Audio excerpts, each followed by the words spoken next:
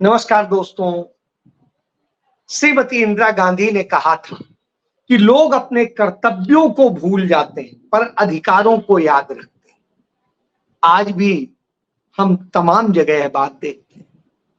आज यही का वह पवित्र दिन था जब भारत में पहली बार वह ड्राफ्टिंग कमेटी बनी थी जो 29 अगस्त 1947 को बनी थी, जिसमें बाबा साहब भीमराव अंबेडकर को उसका प्रमुख बनाया गया था और उसकी पहली मीटिंग। जी हां, और उसके बाद उस पवित्र संविधान हमारे हाथ में आया जिसके बूते हम तमाम हकों की बात करते हैं।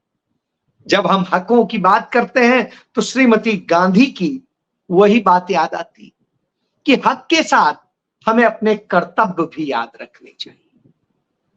आज मैं कर्तव्यों को और हक की दोनों की बात करूंगा और बात करूंगा कैसे उसका दुरुपयोग हुआ है। जी हां, मैं सबसे पहले कर्तव्य की ही बात करता हूं।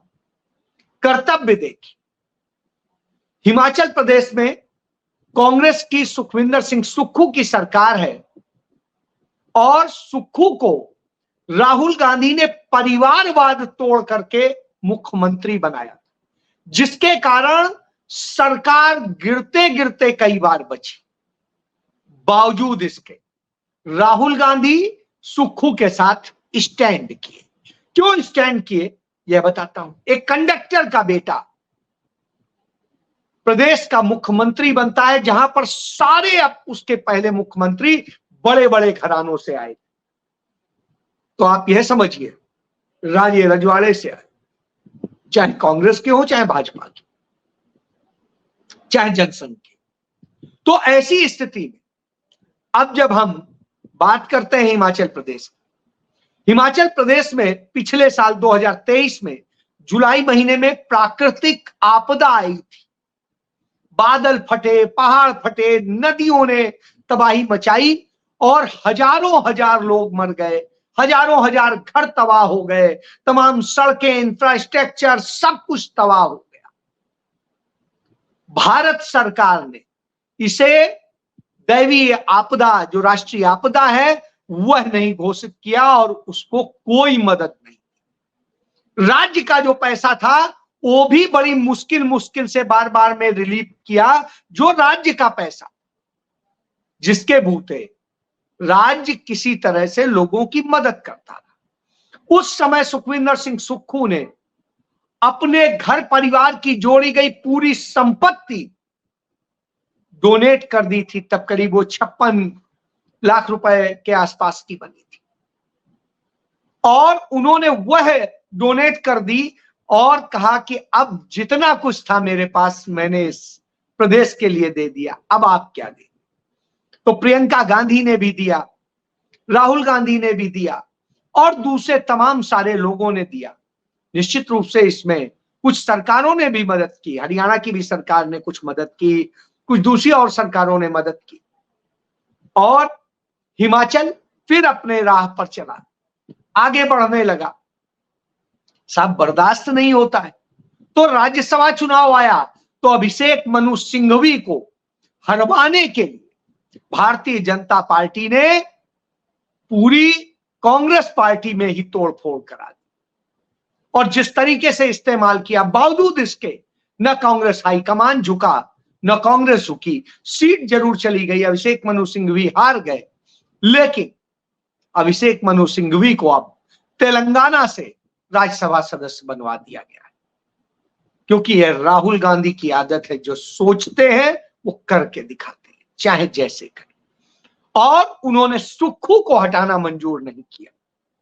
बहरहाल यह हो जाने के बाद फिर चुनाव हुए, तमाम तरह से हुआ और फिर कांग्रेस पूरी बहुमत में आ गई और सरकार अब चल रही। फिर इस बारिश में प्राकृतिक आपदा आई और जब प्राकृतिक आपदा से जूझ रहा है हिमाचल, तो मुख्यमंत्री ने आज कैबिनेट की बैठक की और अपना कर्तव्य निभाया। कहा मैं बतौर मुख्यमंत्री अपनी सैलरी, अपने सारे भत्ते, सब कुछ, कोई भी खर्चा सरकार से नहीं लूंगा।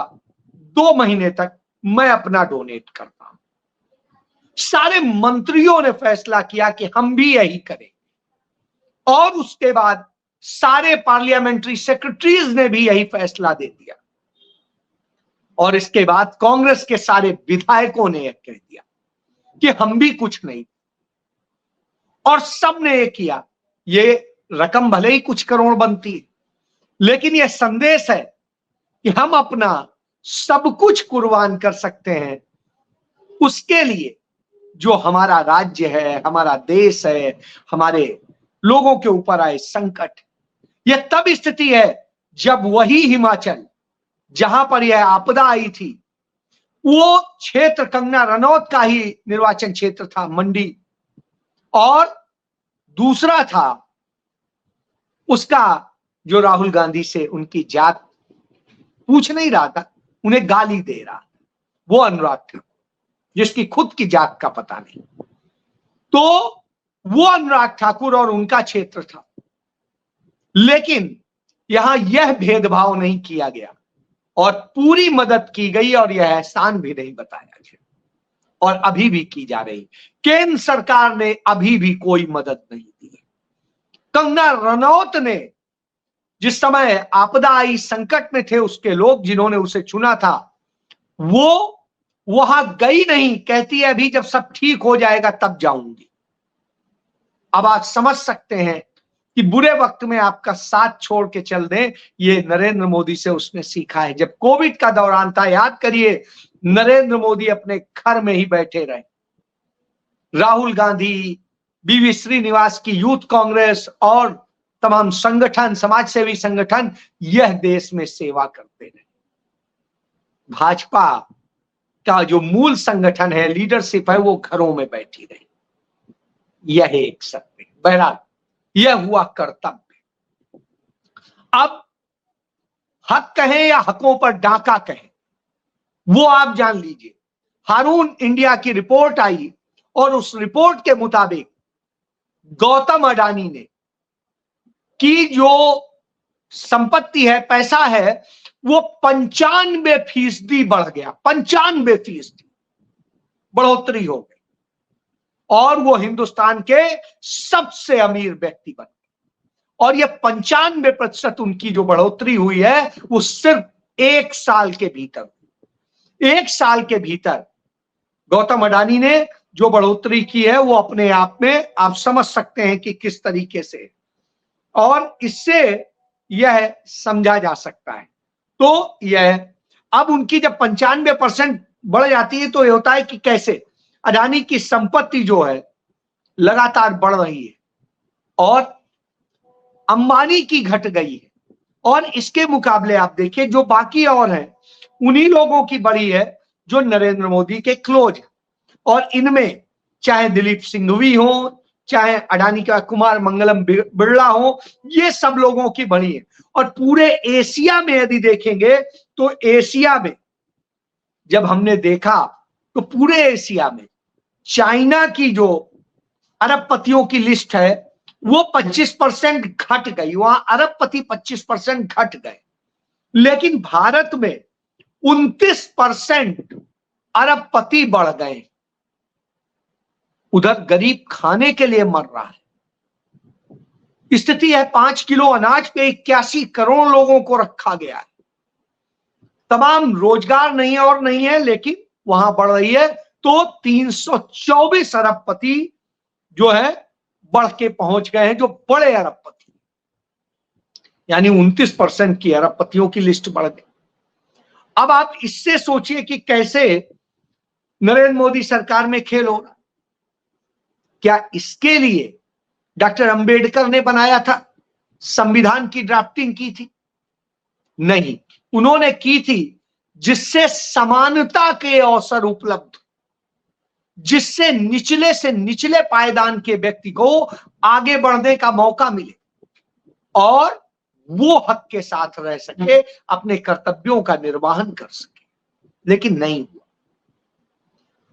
और नतीजा यह है कि ये नरेंद्र मोदी की 10 साल की सरकार का जो हालात देखेंगे तो एकदम से बदला हुआ है।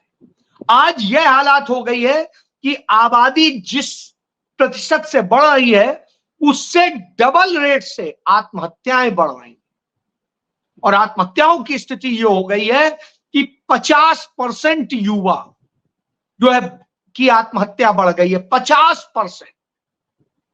और लड़कियों की आत्महत्या का जो रेट है वो 61% बढ़ गया। यानी यह देश आत्महत्या करने के लिए मजबूर हो गया है। यह स्थिति क्यों है? इसकी 2-3 वजह। एक बेरोजगारी और दूसरी चीजें, एक कोटा सिंड्रोम होता है।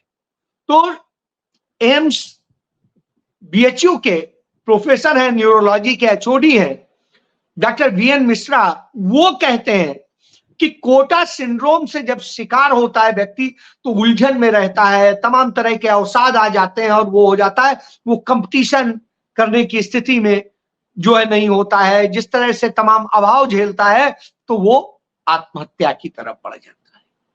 इसके कारण आत्महत्याएं बढ़ती हैं। तो आज आत्महत्याएं क्यों बढ़ रही हैं? उसकी वजह यही कि युवाओं को रोजगार नहीं मिल रहा है, उन्हें जिस तरह से काम चाहिए, जिसके लिए वो योग्य है, वह काम नहीं मिल रहा है।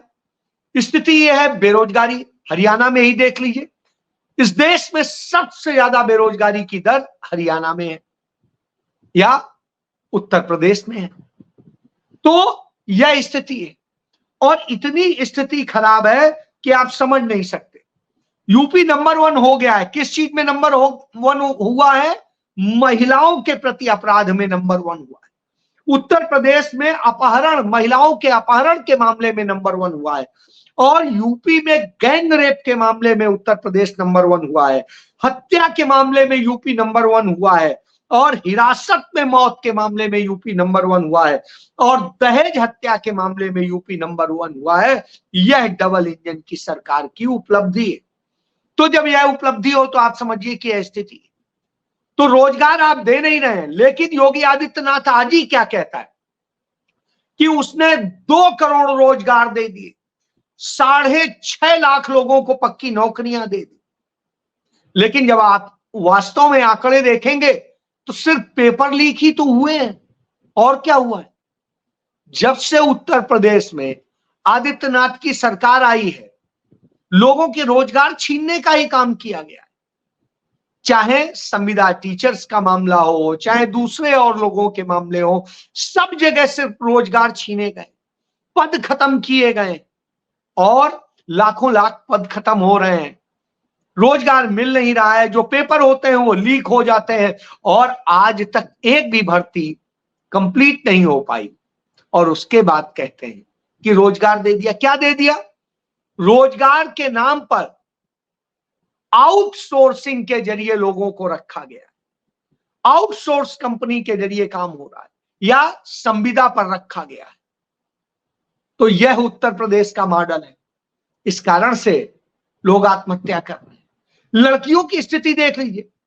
9वीं की लड़की बरेली में स्कूल से आ रही होती है और उसके साथ में 2 लड़के जो है उसके स्कूल के ही होते हैं और वो उसे खींच लेते हैं और उसके बाद में उसके साथ गैंग रेप होता है। और गैंग रेप होने के बाद में उसके पिता उसको लेकर के थाने जाते हैं एफआईआर दर्ज कराने, तो पुलिस एफआईआर नहीं दर्ज करती और इतना परेशान हो जाती है, मानसिक रूप से अवसाद का शिकार हो जाती है लड़की कि वो रात तक आते आते आत्महत्या कर लेती है। क्यों आत्महत्या कर लेती? क्योंकि योगी आदित्यनाथ की यही नीति। इसी तरह अंबेडकर नगर में लड़की के एफआईआर नहीं दर्ज की जाती, उसके साथ गैंग रेप होता है और वो आत्महत्या कर लेती है। आपको याद होगा मोहित यादव, वह लड़का जो संविदा पर बस कंडक्टर था और उसने सिर्फ एक जगह बस रुकी थी चाय पीने के लिए, वहां पर मुस्लिम युवक थे, वो नमाज पढ़ने लगे तो उनके लिए उसने कहा 5 मिनट वेट कर। और इस कारण से कथित हिंदूवादियों ने इतना बवाल किया कि उसको नौकरी से निकाल दिया गया, उसने आत्महत्या कर ली। तो आप दे नहीं सकते हैं नौकरी, छीन लेंगे, यह सत्य है। इसके बाद में ये सहारनपुर में यमुनानगर से एक बारात आई थी, वहां आए लोगों ने एक घर में घुस करके लड़की को अकेले पाकर उसके साथ गैंगरेप किया और कोई पूछने वाला नहीं, कोई जांचने वाला नहीं। तो यह स्थिति होती है। अयोध्या में 4 साल की बच्ची के साथ जिस तरह से रेप होता है और उसके बाद में उससे आज शर्मनाक स्थितियां नहीं है, इस तरह के हालत होते हैं। वाराणसी में नरेंद्र मोदी का निर्वाचन क्षेत्र है, प्रधानमंत्री हैं, बेटी बचाओ बेटी पढ़ाओ का नारा देते हैं, लेकिन वहां 4 साल की एक बच्ची के साथ में रेप होता है और प्रधानमंत्री या उनकी टीम का कोई व्यक्ति इस पर कुछ नहीं। यह दशा है। और कैसे अपमानित करते हैं महिला अपमान का, जो कहती हैं राष्ट्रपति बस बहुत हो चुका। अब जो बहुत हो चुका कहती हैं वही इसका जवाब नहीं दे सकती कि बिजनौर में एक घर में एक लड़की और मां थी। कुछ हिंदूवादियों ने आरोप लगाया कि उनके घर में गौमांस पक रहा है और इस पर उसके घर में जबरन पुलिस घुसती है, अभद्रता करती है परिवार के साथ में। मतलब जिस तरह से हरकत होती है वो अपने आप में शर्मनाक है। और छानबीन के नाम पर उस घर में जिस तरीके से 55 वर्षीय महिला के साथ जब ज्यादती होती है तो मर जाती है। सिर्फ क्या था जो कि वो मुस्लिम थी, यह स्थिति होती है। और इसी तरीके से हालात ये हो गए, पीलीभीत में एक परिवार की बेटी की आबरू लूटी गई, सब कुछ हुआ, अपने बच्ची को बचाने के लिए परिवार इस हद तक आ गया कि उसने अपने घर पे बोर्ड लगा दिया कि यह मकान बिकाऊ है, दबंगों से परेशान होकर हम सब गांव छोड़ रहे हैं। अब आप सोचिए इस दशा में उत्तर प्रदेश आ गया है, जो कहता था योगी आदित्यनाथ कि महिलाओं की सुरक्षा से खेलेंगे तो अगले चौराहे पे यमराज मिलेगा। यमराज सिर्फ एक जात के विशेष के लोगों पे, एक धर्म विशेष के लोगों को मिलता है, शेष नहीं मिलता है। क्यों? क्योंकि यही होता है। क्यों नहीं हो? आपको याद होगा गुजरात में प्रदीप शर्मा नाम के आईएएस ऑफिसर थे, दिखाता हूं, उन्होंने कहा था कि मोदी को शक था कि लड़की की सेक्स सीडी मेरे पास है और इसलिए प्रदीप शर्मा को सस्पेंड किया गया और बहुत कुछ किया गया। क्यों? क्योंकि वो नरेंद्र मोदी के ऊपर सीधे आरोप था कि उन्होंने किस तरीके से क्या क्या किया है। तो यह आप समझ सकते हैं। तो यह अत्याचार, अत्याचार की इतनी कहानियां हैं कि उनको यदि गिराएंगे। कल ही मध्य प्रदेश में एक दलित समुदाय की महिला और उसके पोते को जीआरपी थाने में जिस तरह से पीटा जाता है, एसएचओ पीटती है, सब पीटते हैं। नहीं कहेगी राष्ट्रपति कि बस बहुत हो चुका। क्यों नहीं कहे? क्योंकि ये असल में दलितों, पिछड़ों, आदिवासियों, अल्पसंख्यकों के ही दुश्मन और किसी के नहीं। ये नहीं चाहते हैं। और जब यह बात मैं कहता हूं तो कैसे कहता हूं? आप याद करिए कि कांग्रेस पार्टी ने आंध्र प्रदेश में सबसे पहली बार 1960 में अनुसूचित जात के दामोदरन संजीवैया को आंध्र प्रदेश का मुख्यमंत्री बनाया था। सवर्ण बाहुल्य है या कहें सवर्ण डोमिनेटेड राज्य था, लेकिन उन्होंने उस दलित को बनाया था। और इसके बाद कांग्रेस ने भोला पासवान शास्त्री को 1968 में से 1972 तक बिहार का मुख्यमंत्री बनाया था। याद करिए, दलित ही था। महाराष्ट्र जैसे बड़े राज्य में 2003 में सुशील कुमार शिंदे जैसे दलित समुदाय के व्यक्ति को, उसी महाराष्ट्र में जहां मराठा स्वाभिमान की बात होती है, वहां पर दलित समुदाय के सुशील कुमार शिंदे को मुख्यमंत्री बनाया था। तो यह आप समझ लीजिए देश का दूसरा सबसे बड़ा सूबा है। इसके बाद पंजाब में सरदार बूटा सिंह को मुख्यमंत्री बनाया था और फिर अभी चरणजीत सिंह चन्नी को बनाया। क्या किसी से छिपा है क्या? पिछड़े में यदि देख लीजिए तो ज्ञानी जैल सिंह को मुख्यमंत्री भी बनाया और राष्ट्रपति भी बनाया। तो आपके सामने इसी तरीके से 1980 में राजस्थान में जगन्नाथ पहाड़िया को मुख्यमंत्री बनाया था, जब जातिवाद का जहर कितना ऊपर होता था। के.आर. नारायणन भारत के पहले दलित राष्ट्रपति थे और वह भी कांग्रेस ने बनाया था। उसने तो कभी नहीं कहा कि हम दलित को बना रहे हैं, हम आदिवासी को बना रहे हैं, हम पिछड़े को बना रहे हैं, हम मुस्लिम को बना रहे हैं। हम किसको बना रहे? कितने मुस्लिम बनाए? नहीं गिनाए, लेकिन ये गिनाते। तो मैं यही कह रहा हूं कि जब आज संविधान निर्माता की ड्राफ्टिंग कमेटी का वह दिन है जब उन्होंने चेयर किया था डॉक्टर अंबेडकर ने, उस वक्त में समानता का सपना देखा था। क्या वह हो रहा है? और जो श्रीमती इंदिरा गांधी ने कहा था कि हक से पहले कर्तव्य है, तो क्या हम कर्तव्यों को अपने देख रहे हैं? नहीं देख रहे। सिर्फ राजदंड लेकर के हम आपको मार देंगे, खत्म कर देंगे वाले अंदाज में बात।